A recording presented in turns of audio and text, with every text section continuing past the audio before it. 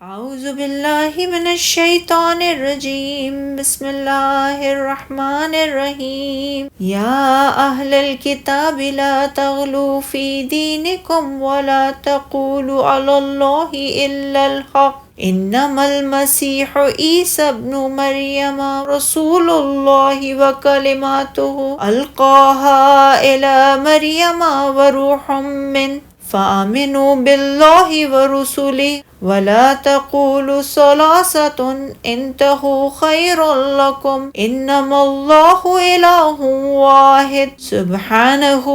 ان يكون له ولد له ما في السماوات وما في الارض وكفى بالله وكيلا۔ اے اہل کتاب، اپنے دین کے بارے میں حد سے نہ گزر جاؤ اور اللہ کے بارے میں حق بات کے سوا کچھ نہ کہو۔ بے شک مسیح عیسیٰ ابن مریم تو اللہ کا رسول اور اس کا کلمہ ہی ہے جسے اس نے مریم کی طرف ڈالا، اور وہ اس کی طرف سے ایک روح ہے۔ چنانچہ تم اللہ اور اس کے رسولوں پر ایمان لاؤ اور یہ نہ کہو کہ معبود تین ہیں، اس سے باز آ جاؤ، یہ تمہارے لیے بہتر ہے۔ بے شک اللہ ہی واحد معبود ہے، وہ اس امر سے پاک ہے کہ اس کی کوئی اولاد ہو۔ آسمانوں اور زمین میں جو کچھ ہے اسی کا ہے، اور اللہ بطور کارساز کافی ہے۔ اللہ تعالیٰ نے اہل کتاب کو لغو اور مبالغہ آرائی سے منع فرمایا ہے۔ عیسائیوں میں یہ مرض بہت زیادہ ہے، وہ حضرت عیسیٰ علیہ السلام کے بارے میں حد سے بہت تجاوز کر گئے ہیں، اور انہوں نے آپ کے بارے میں اس سے بہت اونچے درجے کا تصور کیا ہے جو اللہ تعالیٰ نے آپ کو عطا فرمایا تھا۔ انہوں نے آپ کو دائرۂ نبوت سے نکال کر دائرۂ الوہیت تک پہنچا دیا، اور آپ کی بھی اس طرح عبادت شروع کر دی جس طرح وہ اللہ تعالیٰ کی عبادت کرتے ہیں، بلکہ انہوں نے تو آپ کے ان پیروکاروں کے بارے میں بھی بہت لغو سے کام لیا ہے جن کے بارے میں آپ علیہ السلام کی رائے یہ تھی کہ وہ آپ کے دین پر ہیں۔ عیسائیوں کے بارے میں ان کا دعویٰ یہ ہے کہ وہ معصوم تھے، یہی وجہ ہے کہ انہوں نے ان کی ہر بات میں اتباع کی، خواہ وہ حق ہو یا باطل، گمراہی ہو یا ہدایت، صحیح ہو یا غلط۔ اسی لیے اللہ تعالیٰ نے ان کے بارے میں فرمایا سورہ توبہ میں،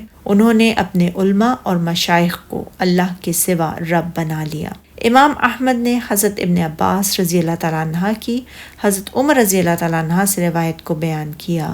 رسول اللہ صلی اللہ علیہ وآلہ وسلم نے فرمایا، تم میری تعریف میں اس طرح مبالغہ نہ کرنا جس طرح عیسائیوں نے عیسیٰ ابن مریم علیہ السلام کی تعریف میں مبالغے سے کام لیا تھا۔ میں تو صرف بندہ ہوں، اس لیے تم مجھے اللہ تعالیٰ کا بندہ اور اس کا رسول کہو۔ اور ایک روایت میں الفاظ یہ ہیں، میں تو صرف اسی کا بندہ ہوں، لہٰذا تم مجھے اللہ کا بندہ اور اس کا رسول کہو۔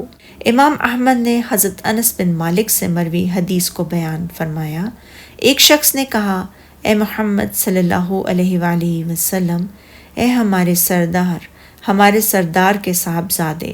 اے ہم میں سے بہترین انسان اور ہم میں سے بہترین انسان کے صاحبزادے۔ تو یہ سن کر رسول اللہ صلی اللہ علیہ وآلہ وسلم نے فرمایا،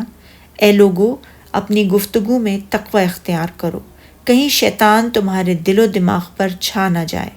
میں محمد بن عبداللہ ہوں، اللہ کا بندہ اور اس کا رسول۔ اللہ کی قسم، میں اس بات کو ہرگز پسند نہیں کرتا کہ تم مجھے اس سے بلند مرتبے پر پہنچاؤ جس سے اللہ تعالیٰ نے مجھے سرفراز فرمایا ہے۔ فرمان الہی ہے، اور اللہ کے بارے میں حق کے سوا کچھ نہ کہو، یعنی اس پر افطرا پردازی نہ کرو، کسی کو اس کی بیوی اور بیٹا قرار نہ دو۔ اللہ تعالیٰ کی ذات گرامی اس سے بہت بلند و بالا، منزہ اور مقدس ہے۔ وہ اپنی سیادت، کبریائی،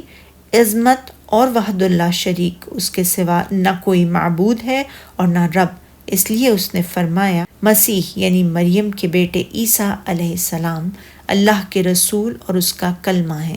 جس کو اس نے مریم کی طرف القا فرمایا، اور اس کی طرف سے ایک روح ہیں، یعنی وہ اللہ کے بندوں میں سے ایک بندے اور اس کی مخلوقات میں سے ایک مخلوق ہیں، اور وہ اس کا وہ کلمہ بشارت ہیں جو اس نے مریم کی طرف بھیجا تھا، یعنی اللہ تعالیٰ نے انہیں اس کلمے کے ذریعے سے پیدا فرمایا جس کے ساتھ اس نے جبرائیل علیہ السلام کو مریم کی طرف بھیجا، اور جبرائیل نے اللہ تعالیٰ کے حکم اور اسی کے اذن سے ان میں روح پھونک دی تھی، اور اس طرح عیسیٰ علیہ السلام اللہ تعالیٰ کے حکم سے پیدا ہو گئے تھے۔ ارشاد باری تعالیٰ ہے سورہ مائدہ میں، مسیح ابن مریم تو صرف پیغمبر تھے، اس سے پہلے بھی بہت سے رسول گزر چکے تھے، اور ان کی والدہ اللہ کی سچی فرما بردار تھیں، دونوں انسان تھے اور کھانا کھاتے تھے۔ اور فرمایا سورہ آل عمران میں، عیسیٰ کا حال اللہ کے نزدیک آدم کا سا ہے کہ اس نے مٹی سے ان کا قالب بنایا، پھر فرمایا کہ انسان ہو جا تو وہ انسان ہو گئے۔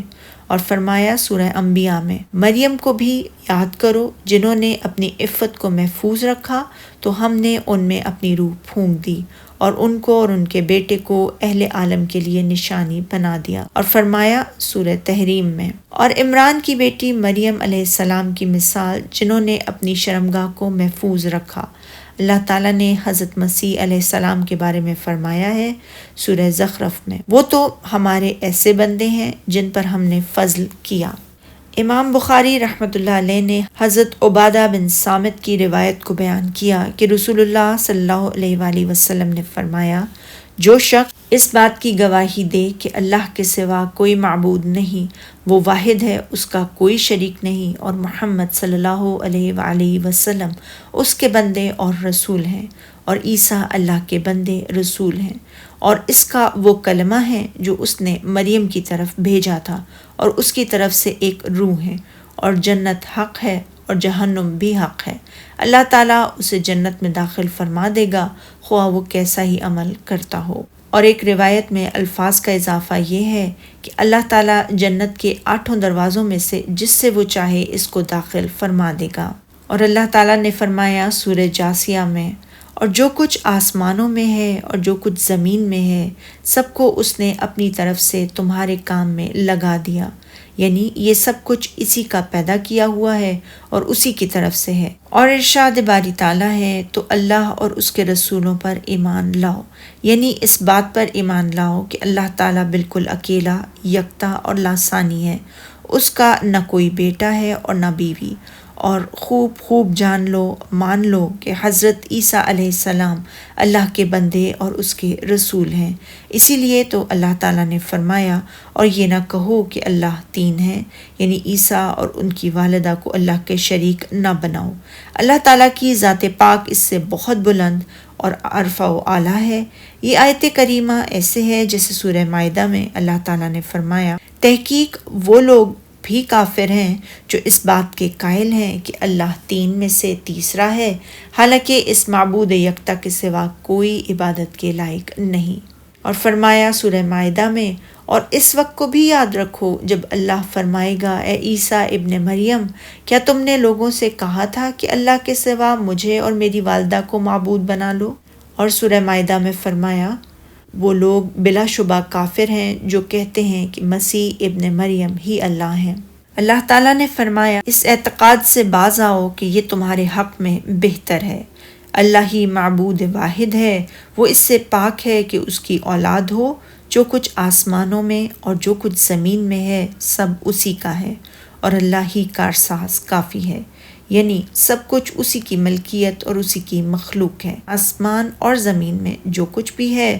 سب اسی کے غلام اور اسی کی تدبیر و تصریف کے ماتحت ہیں۔ وہ ہر چیز کا کارساز ہے، تو مخلوق میں سے کوئی اس کی بیوی یا بیٹا کس طرح ہو سکتا ہے؟ جیسا کہ اس نے ایک دوسری آیت میں فرمایا سورہ انعام میں، وہی آسمانوں اور زمین کا موجد ہے، اس کے اولاد کہاں سے ہو جبکہ اس کی بیوی ہی نہیں، اور اس نے ہر چیز کو پیدا کیا ہے اور وہ ہر چیز سے باخبر ہے۔ اور فرمایا سورہ مریم میں، وہ کہتے ہیں رحمان اولاد رکھتا ہے، ایسا کہنے والوں، یہ تو تم بری بات زبان پر لاتے ہو، قریب ہے اس افطرا سے آسمان پھٹ پڑیں اور زمین شق ہو جائے، پہاڑ پارا پارا ہو کر گر پڑیں، کہ انہوں نے رحمان کے لیے اولاد تجویز کی، اور رحمان کو شایان نہیں کہ وہ کسی کو اولاد بنائے۔